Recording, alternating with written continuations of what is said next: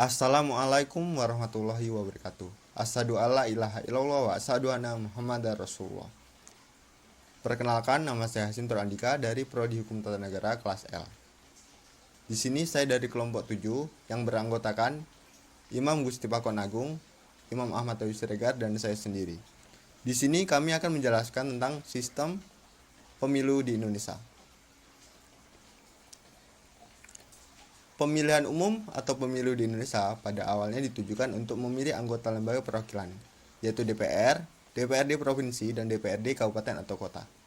Setelah amandemen keempat UUD 1945 pada tahun 2002, pemilihan presiden dan wakil presiden atau Pilpres yang semula dilakukan oleh MPR disepakati untuk dilakukan langsung oleh rakyat dan dari rakyat, sehingga Pilpres pun dimasukkan ke dalam rangkaian pemilu.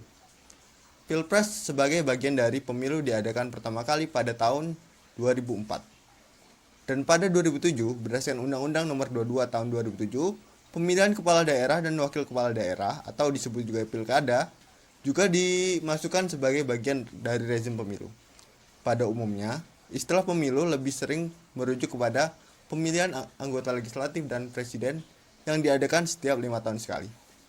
Pemilu harus dilakukan secara berkala, karena memiliki fungsi sebagai sarana pengawasan bagi rakyat terhadap wakilnya. Pemilihan umum di Indonesia telah diadakan sebanyak 12 kali, yaitu pada tahun 1955 hingga tahun 2019.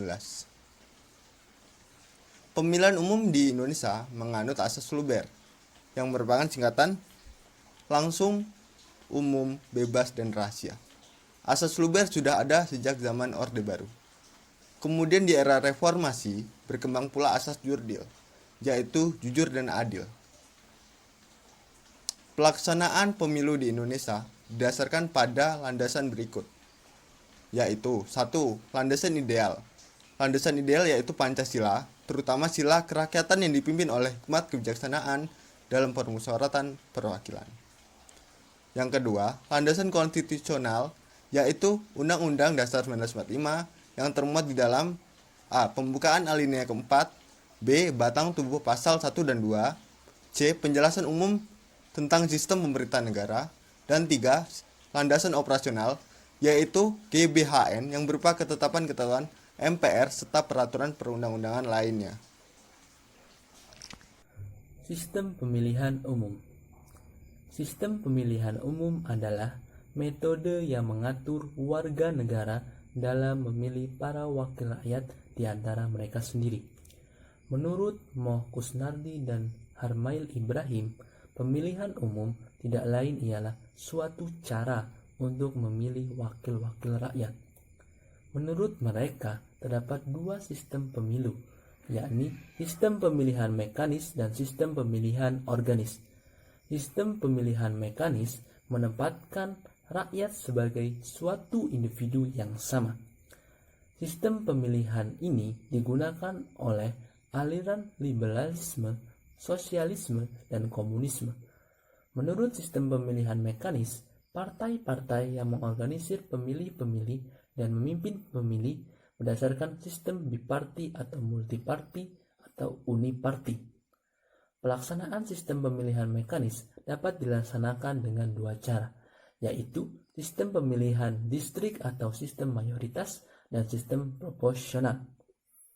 Sedangkan pemilihan organis menempatkan rakyat sebagai sejumlah individu yang hidup bersama dalam berbagai macam persekutuan hidup berdasarkan genealogis, fungsi tertentu, dan lapisan-lapisan sosial.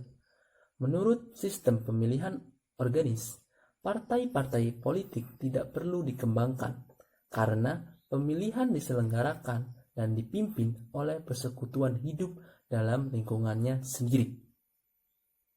Assalamualaikum warahmatullahi wabarakatuh. Perkenalkan, nama saya Imam Gusti Pakon Agung dari kelas L, Prodi Hukum Tata Negara, NPM saya 1921020658. Di sini saya akan menjelaskan tentang tujuan pemilihan umum. Tujuan dari diselenggarakannya pemilihan umum adalah agar para wakil-wakil rakyat yang nantinya menduduki kursi pemerintahan memang benar-benar dipilih oleh rakyat, berasal dari rakyat, dan bekerja untuk kepentingan rakyat. Demikian juga presiden dan wakil presiden.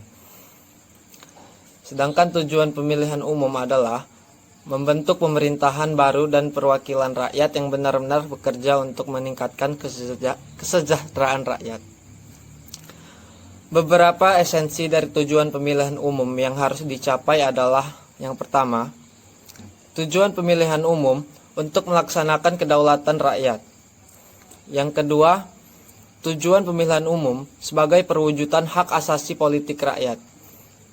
Yang ketiga, tujuan pemilihan umum untuk memilih wakil-wakil rakyat yang duduk di DPR, DPD, dan DPRD, serta memilih presiden dan wakil presiden.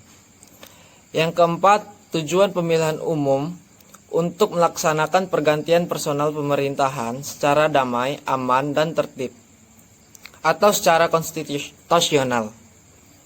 Yang terakhir, tujuan pemilihan umum untuk menjamin kesinambungan pembangunan nasional. Mungkin itu saja yang bisa saya sampaikan. Lebih dan kurang saya mohon maaf, pada Allah saya mohon ampun. Saya akhiri, wabillahi taufiq wal hidayah. Wassalamualaikum warahmatullahi wabarakatuh.